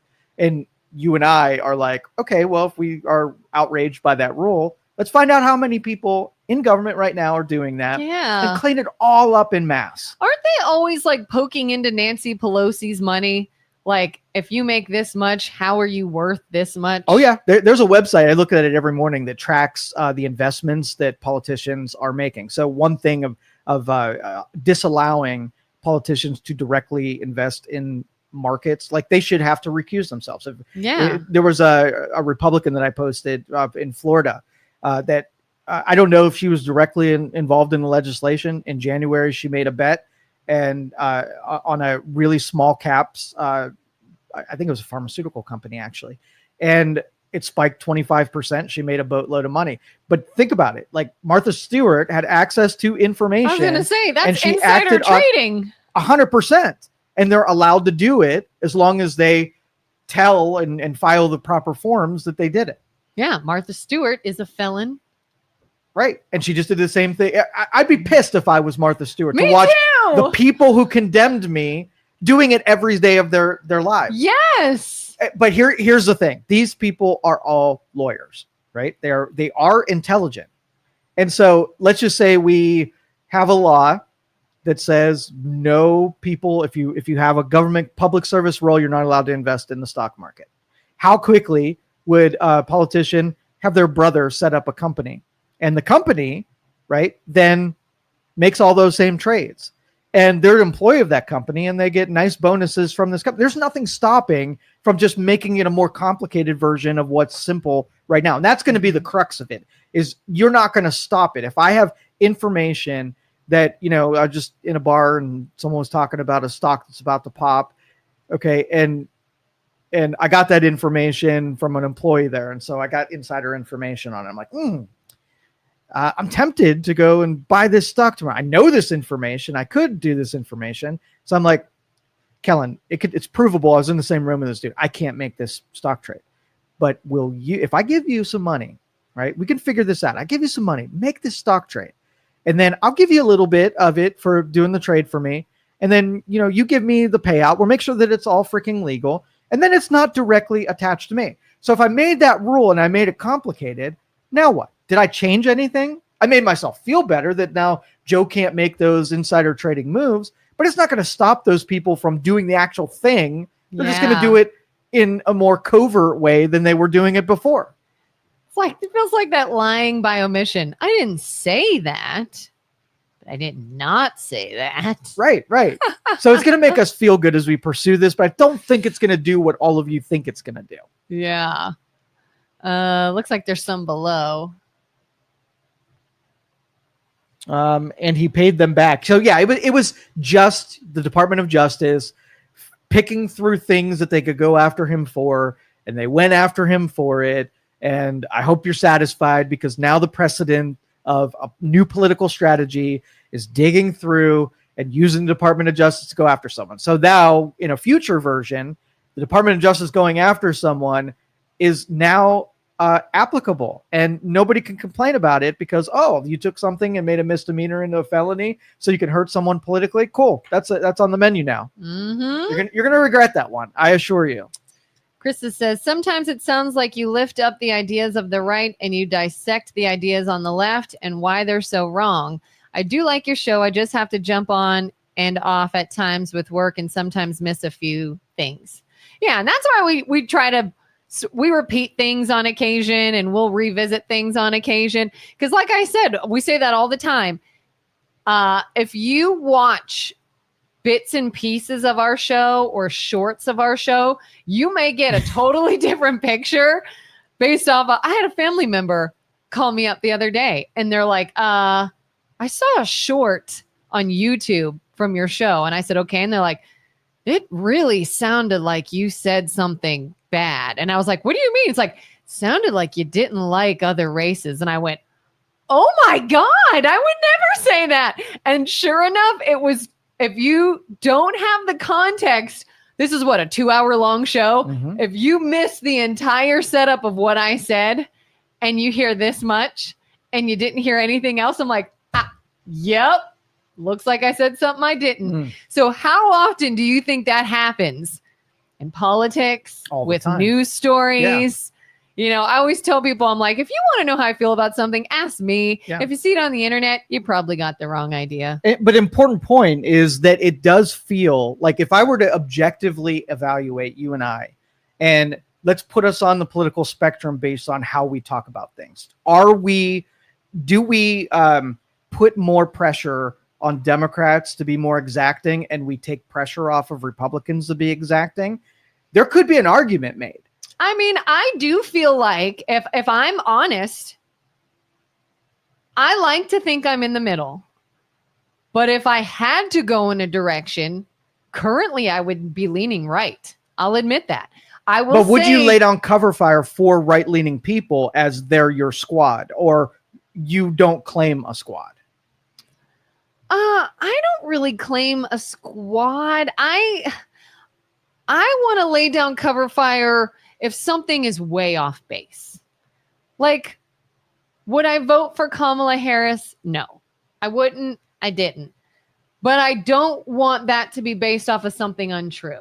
You know, if somebody says, well, you know, Kamala hates Christians and doesn't believe in God, and she yelled at a Trump person to get out of her rally because they like God, I'd be like, that's not true, and don't run on that because that's a lie. You know, same with if I wanted to vote for Trump and somebody said, hey, you know, Trump's kind of loud and arrogant and says crude things, I'd be like, yep, sure does. Like, I wouldn't be like, no, he doesn't, just because it's my side. You know, it's like I'll lean to a certain direction if I think they are better than the other. To me, even though my whole life I would probably identify as more of a Democrat, lately I don't relate to them. I don't think a lot of what the very, very, very far left ones are doing or saying. So I've pulled away from them. If that makes me more right, so be it. But I don't ever want to blindly follow a side for no reason. Well, I think the political climate, it has more to do with that environment than it does with our choices. Like, you know, I'm an equal opportunity offender. You know, the Epstein list is probably my biggest, you know, criticism of Republicans in general, that they have this stuff and they're in a predicament. And this is the pandemic for the Republicans. All they got to do is say what they're doing, communicate with the public, and I'll trust them. Versus them hiding people that they're friends with from the consequences of doing something that is the worst imaginable thing to children, right? Yeah. And so if you look at any of my feeds, that's my number one criticism. Epstein Files has dominated any criticisms I hurl at anybody. I'm almost never, you know, poking in at the Democrats. Now, the Democrats do things on a daily basis that now the misbehaviors are more on the Democrats than the Republicans because they're in a defensive posture. They're coming at the Trump administration. Their misbehaviors are they're not being honest, intellectually or politically honest or in any way. And they're using everything because they're trying to wrangle back power from the Republicans. It puts them in the crosshairs of hypocrisy every single day. Where the Republicans are, you know, they're, you know, much of what they're doing, I agree with, right? Do I think that crime is a bad thing? And if you have to use the National Guard to go in and wrap up crime, cool. I'm less, I have less criticisms against that. Now, if they go into Washington, D.C., and they legitimately start misbehaving and doing things that I disagree with, then you will get my criticism. But until they do that, I know you want me to be critical and say, they're going to do it. Well, guess what? The Democrats guess wrong a lot. Yeah. So I'm not exactly going to say, because of what they're doing, immediately goes in authoritarian control, and that's immediately bad. I'm a wait and see on most of the stuff you say that he's going to do, because I downright don't believe you at this point. Yeah. And I'm someone, so I was a big fan of RFK Jr. I still like him. I would have voted for him if he was running for president. Ultimately, things changed, and I still like him. So if I were to ever say, what do I get defensive about someone? I probably do. I probably have an emotional tie with him and the Maha movement. However, when I hear anything that paints him in a bad light or goes against what I thought his movement was, I go look at it. Like, I'm not going to be like, no, he wouldn't say that. I just go, oh, I hope that's not true. Please tell me you didn't go to the dark side already. Like, and I go and I research and I look. Am I hoping it was untrue? Absolutely, I am. I'm hoping I find evidence to the contrary. But I'm not just going to turn a blind eye and say, oh, I like this guy and he can do no wrong. It's if I see that you changed your tune and you sold your soul and you went to the dark side and you're no longer doing what I thought was virtuous and right in you, then we're done like anyone else is. But I'm going to hope you don't. And I'm going to hold on to hope. So what, are there any fears with him? If you went to the dark side, where would you think that would be? I always have the fear that anything he wants to accomplish will take money, will take power, will take effort from people that are either corrupt or have an agenda. I fear that he, of course, is now in this game of you got to play dirty and play the game to get anything done. And so that concerns me, that if he does need to actually accomplish something, he'll have to give a little to the dark side to accomplish it. And so, yeah, I'm sure he nor anyone else will ever be painted like this lily white person of integrity. I think that's impossible. Well, the machine has its own immune system. When you join that machine, it'll let you operate a little bit so the public thinks that you're doing something. But when you get too close to something that can't happen, that's where we're at with the Epstein files. Yeah. They're really in control. It's not a conspiracy theory that say that the deep state is an actual thing. There are unelected people that have power and control. And if you get too close to their interests, they have 1,000 ways that you will be no more. Yep. And I watched people that I knew personally walk up to the machine and only got on the peripheral of the machine. And you watch them change significantly where what they said and they thought they can do, when they started experiencing how government actually function, they were like, oh shit. Like, yeah, I'm not going to martyr myself, have me destroyed, not be able to be effective anyway, because a single person, that machine can destroy in 2 seconds. They can take your credibility. They can destroy you financially. We've seen they can try to tag you with felonies and ruin everything about you. Yeah. And you're sitting there on the sideline saying, I've got like a 1% chance that I'm going to be effective anyway. You put it in that I'm going to be destroyed as the most probable outcome. I'm going to play a little bit nicer than I intended to when I came through the door. And that's how corruption owns people. It's not even really through blackmail. It's through just the leverage of what they can do to you if you don't play the game. Yeah, I think we are so quick to accuse people of lying. Not that politicians don't ever lie, but I've heard so many times examples of people that ran on an idea. I'm going to do this. I'm going to do this. I'm going to do this. And then they never do. And everyone's like, oh, what a liar. You didn't do it. And I'm like, were they lying at the time? Or was it they got in position and saw a whole other vast group of variables that are like, oh, crap. Yeah, that's going to have to wait. Well, I can't. You've seen enough spy movies and things about CIA, FBI, covert, and all that kind of stuff, right? So think about an institution like RFK Jr.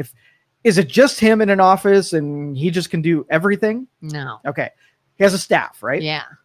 And how many people you think work directly below RFK Jr.?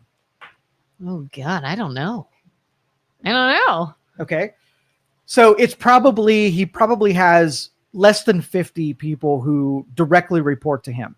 And then underneath those people, there are hundreds and thousands of people that then directly report to him. So in order for him to get anything done, his level of trust below him has to be people who are uncorruptible, are on his playbook, won't leak, won't undermine, won't sabotage. So if I'm the deep state and I'm like, this RFK Jr. guy, he's getting pretty close to things that are going to really disrupt things, and I don't like that.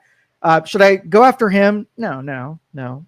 I'm going to work from the bottom up, right? And I've got all this money that I could spread. I got all of this blackmail that I can set up. All I need to own is like 10 or 12 people underneath his umbrella.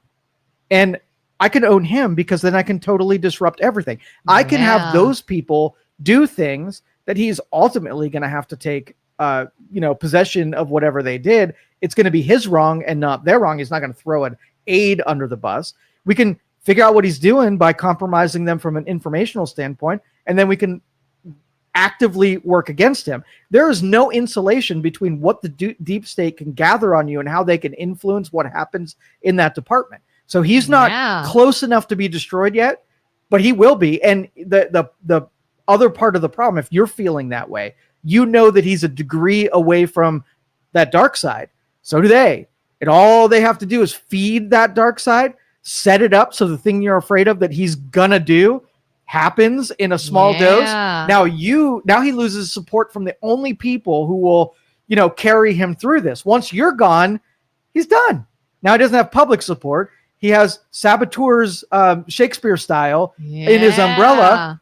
He's done. And they know this. And it would be so easy to pull off. And you'll never knew who sent that stuff up the chain of command. Yeah, I mean, two things. One, anybody that's ever even in business, held a managerial position, if you've owned a business, even military, the person in charge can be so easily screwed by the people they are leading. Exactly. They can screw up, and it's on you now. Yeah. And there's nothing you could do about it. Right. You can only do so much before it's on them, but you're held accountable. You see it in everyday life. And then look at Elon Musk in his Joe Rogan interview, where he was like, there are so many things I could say, but I will be ended. I will be ended. And it's like, that's known. So not only can you be ended career-wise, reputation-wise, you can literally be taken out. And we just think, oh, all they have to do is this. All they have to do is that. Well, as a regular citizen, when somebody says something like that, part of your brain says, how could that be true? How could somebody in government kill another person for information's sake? Right? Mm-hmm. And then the second part is, how do we stop that? How do we make it so that that's not even a possibility? And the deal is no such thing as that. Yeah. Okay. So let's just say our government is not allowed to kill people. Not allowed to kill people. Do you think CIA, FBI ever take anybody out because they pose a national security risk? Do you think anybody's ever ended? Yeah. Okay. So as long as I can think national security risk, then I can legitimately take you out. So if anybody's allowed to kill, then everybody's allowed to kill. All you have to do is loosely disguise it. So let's just say RFK Jr. disrupts vaccines, and vaccines mean that somebody is going to, lots of people are going to die, and that poses a national security risk. I can pretty much justify going up to killing you, right? Mm-hmm. And declare it as something that posed a national security threat. Oh, I was just talking to somebody about this recently with the military, and this wave of soldiers that were all part of Operation Warp Speed. No, not Iraqi Freedom. Jesus, I don't have words today. Terrorism, the fight against terrorism or whatever. He's like, that's a very large umbrella that you could have. You go anywhere. You go anywhere and do anything. This is a part of a terrorism threat. Oh, this is Operation Fight Against Terrorism. Somebody's scared. Did you cause it? They're terrified. You're a terrorist. And that's what I'm saying. Like we would accept under certain circumstances that we do something we normally wouldn't do for the sake of something that we want to avoid, right? Mm-hmm. But as soon as you give that power to somebody in government, they're thinking of 100 other ways to wield this as a weapon, not in the spirit of how it was intended. That's just the nature of it. So if you give it, there's got to be so much responsibility tied to it. Yeah. Right. So we talked about the vaccines, and they needed an emergency response. And there's a rule that says you can only do emergency response as if there are no other drugs that can do this. Right. Mm-hmm. So what's the spirit of that rule? Why do you think that somebody said you can't do an emergency response if there are other drugs? You can't do an emergency response if there are other drugs. It's a counter. Yeah. Right? Because once I give you the ability to roll out an emergency response and you roll out an emergency response to give this guy some more revenue on his balance sheet, right? Mm-hmm. They're like, wait, you're only allowed to do this if there aren't any other things. Yeah. Right? Yeah. So what did the government do? They're like, well, let's make it so there aren't any other things by prohibiting them from being used. Is that the spirit of why that was written into the law? No, it was meant to counter corruption with pharmaceuticals, and then it was used for corruption of pharmaceuticals. So you can't win that game because those people are really smart when it comes to legally justifying corruption. I'm telling you, I have no faith. There's no way to fix anything. Right, because they're very smart and they're all lawyers. Lawyers ruined everything. Julie says, if we have to fight a mud monster, don't we have to get dirty? So you're fighting a mud monster on the team of another mud monster? Well, I argue that we have a overt mud monster that is there because of a covert mud monster. So the game did not just begin. Yeah, like who do you trust more, the clear bad person or the covert, exactly sneakier bad person? But that's what you want to think that your side is not capable of that. Mm-hmm. And when they start playing games like Gavin Newsom, this is that thread. Because do you think, okay, so let's just say Gavin Newsom, who gerrymandered California while saying we want to be nonpartisan, we want to be totally objective. And now Gavin Newsom saying, we're going to gerrymander because they're doing it, right? Is that the same guy who said two different things, but somehow this one, it's the same action, we're gerrymandering, but because he had a reason for it, he feels like he could say it outwardly now. Before he said it inwardly, and like, hey guys, listen, no, don't say it in the same way. We got to really lock up some of these districts to give us political advantage. Let's do it. He was the covert version who did it all along and put us in this predicament, but now he's overt, right? Yeah. They're the same thing to me. Whether or not you had the balls and the courage to show it before, I like that at least somebody says what it is. So I don't like what he says, but I like the fact that he cannot not say it. Yeah. Like, you know what you're getting at 100%. Julie says, Tom Cotton, a Republican that I rarely agree with, has a bill to stop stock trading in Congress. Not going to happen, in my opinion. Yeah, it'll be token. It'll be a token gesture. Do you notice like the January 6th commission, the dirtiness that was January 6th? Tulsi Gabbard did a press conference and said that there was leaks, like orchestrated leaks to the press. I've been hearing a little bit about this, but right. Yeah. And here we have DNI saying this all happened, and everybody's like, yes, finally, whatever. What do you want? How many convictions? How many prosecutions? How might be investigations? What do you think the likelihood that somebody actually serves a consequence because of it? Not going to happen. So the Republicans are all about hearing and investigations, and they do shit about it. Yeah. Nothing. All it is again invoking an emotional response from the people. Yeah. Hey, look what they did. Look, they're a part of it. Look, they're a bad person. Well, if they're so bad, prosecute.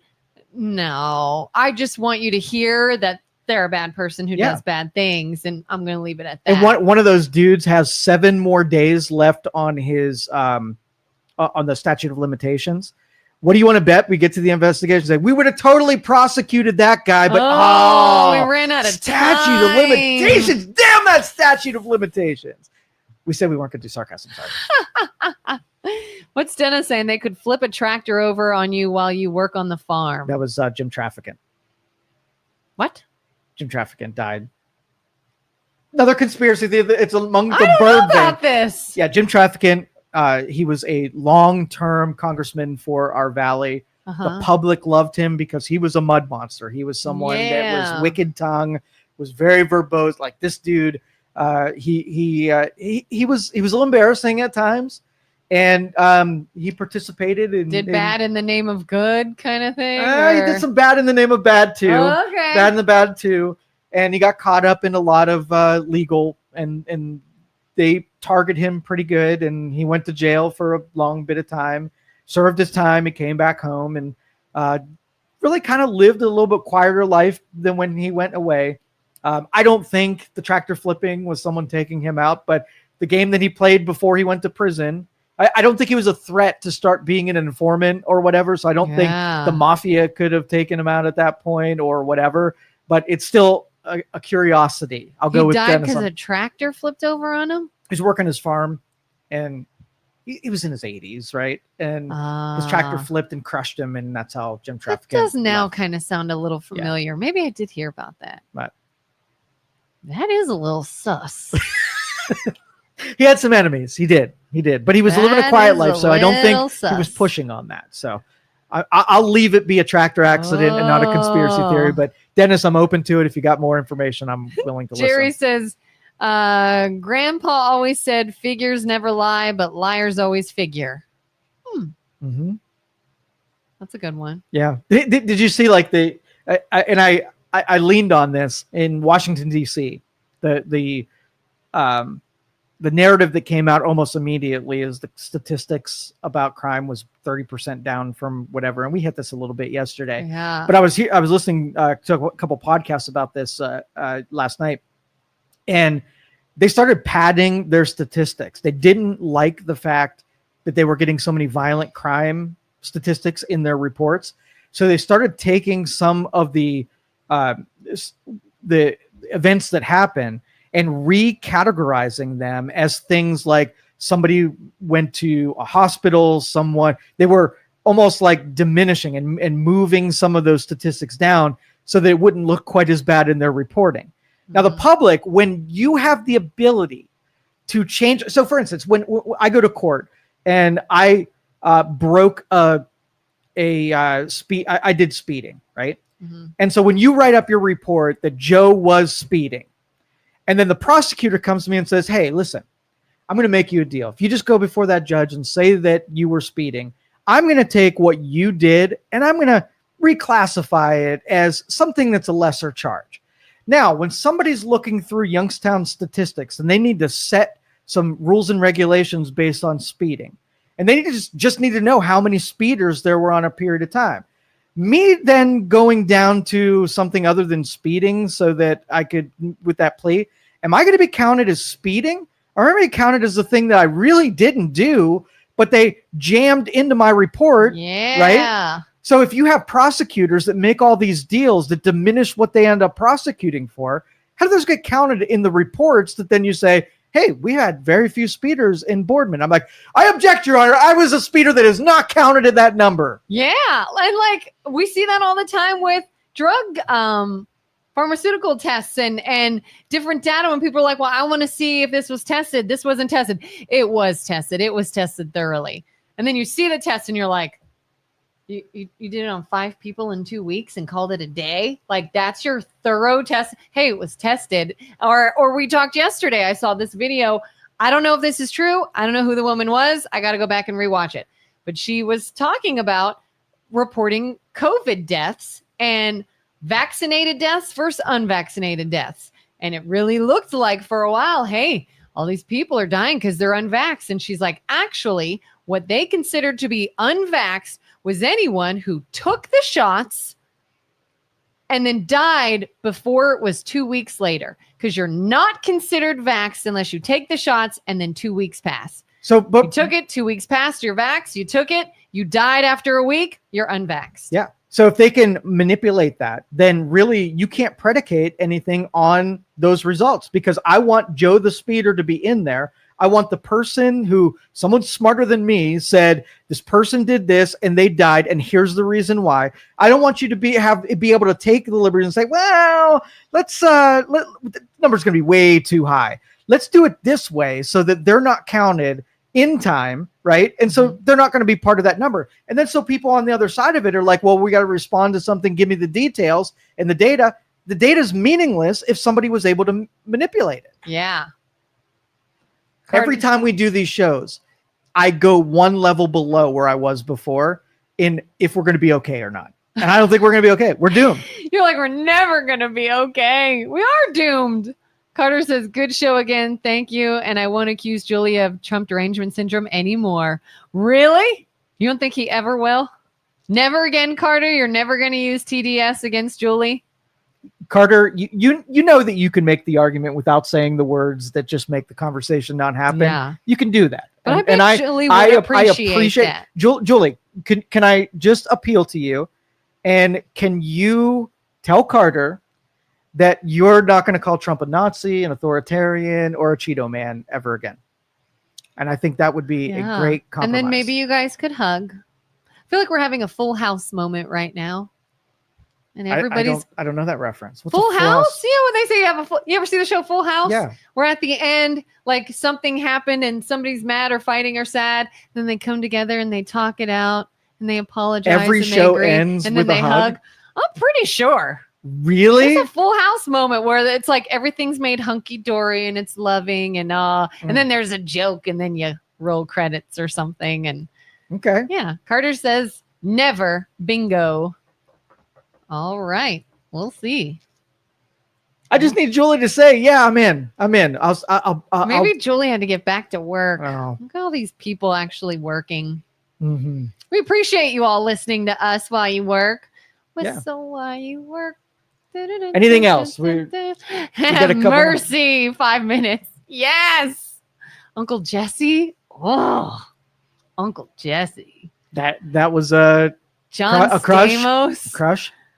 Oh, yeah. Oh my God. Oh my God. You ever see Uncle Jesse sing? I'm not going to let you salivate all over my microphone over Uncle Jesse without me bringing out Sydney Sweeney on the screen or something like that. You know what? I'm probably going to get hate for this, but with all the Sydney Sweeney things, Julie says, I love this show. You make me think. Carter and I have a mutual respect. Thanks, Julie. Julie, can I get you to say that you won't call him a Nazi, won't call him a Cheeto, and won't say he's authoritarian? Can you do it? All the Sydney Sweeney stuff in the news, I've never in my life looked at Sydney Sweeney more than I have been over the last several weeks because of this. And while I agree she is a very pretty girl and has a very nice body and is probably a good actress, I honestly have not really seen anything she was in yet, but she's probably good. I don't know if I think she's that good looking. Like when all you guys are like, oh, Sydney Sweeney, I'm like, really? Well, okay. It's interesting because we went through an era where entertainment I'm not going to call them, fugly people, but they were not attractive. So we're getting into an era where the pinups are there again. Yeah. Even if they're not the best of the best, she looks naturally good, I guess. We went a long time where they're like, beautiful big bodies that all of us were like, okay, well, it's kind of cool that you're on the stage, but it didn't make my body respond in any way. And now you put a body on there that's even 5 degrees better than the big bodied people who weren't attractive as I wanted them to be. Now you get a taste of what used to be where they dominated. Good looking people used to dominate all of the marketplace because it made people want to do things. And it was an effective use of marketing dollars. And I like that we're at least back to that. And maybe it ramps up. Do you see all the college girls doing their college girl dances? No. Okay. So a lot of universities are doing their rushes and they're putting together these dances. With their sororities and things like that. And they're very suggestive. I did see one, I think. Yeah. It was a bunch of girls dressed in pink or something. Yeah. There's a bunch of them and they were all doing it. It was, it was kind of nice to see attractive people in big numbers. Yeah. So you're saying it's nice to see attractive young girls shaking their booties. I'm not specifically saying young girls. What the internet was intended for. Exactly. Authentic. And I did notice there are a lot more white men in commercials again. There was a long period where the white man almost went extinct in marketing. And I noticed just watching football the other day, and I was like, I cannot believe how many commercials started including white men. Yeah. So that's another anomaly. I never noticed that. I noticed when it went the other direction, but I have to see if, yeah, you could just include them back in and make it depict. Have a diverse group of people, not just all one. Yeah. Normalcy is returning. That's what I feel. Yeah. Julie says, if I firmly believe he is an authoritarian, but I don't call names, have I ever? Oh no, I was just picking the buzzwords that, and honestly, just don't do the lazy version. The thing that you know is going to cause recoil from the person that you're having a conversation with. Use words like I would. I'm afraid that Trump is going to go into Washington D.C., see that he can exercise power in a play, and it goes to his head, and he goes too far, right? Versus saying Trump's an authoritarian, right? Those two things. One shared what my actual fear is. One just created a noun and then left you to draw your own conclusions. Because I want you to think he's worse than he is, not just an egocentric person who's going to go into a place and not know that there's a line that I'm uncomfortable with him crossing too. And if he goes there, he's going to get condemnation for me. Guess what? We are all on the same team. Yes, we are. Us versus the government. The dummies. The dummy governments. All right, we're out of here. We'll catch you next week. MLO Bros are in here tomorrow. Make sure you catch the softball game on Saturday. Yeah, come watch us play softball. Game I haven't done since I was a kid. Kellen and I and our team, mostly us though, are going to just crush the Mancini team. So come watch us. Thank you for listening to this show on Youngstown Studio. This is original Youngstown content. Feel free to share our videos and tell your friends about us. Don't forget to subscribe to our YouTube channel and follow us on Facebook. Thank you for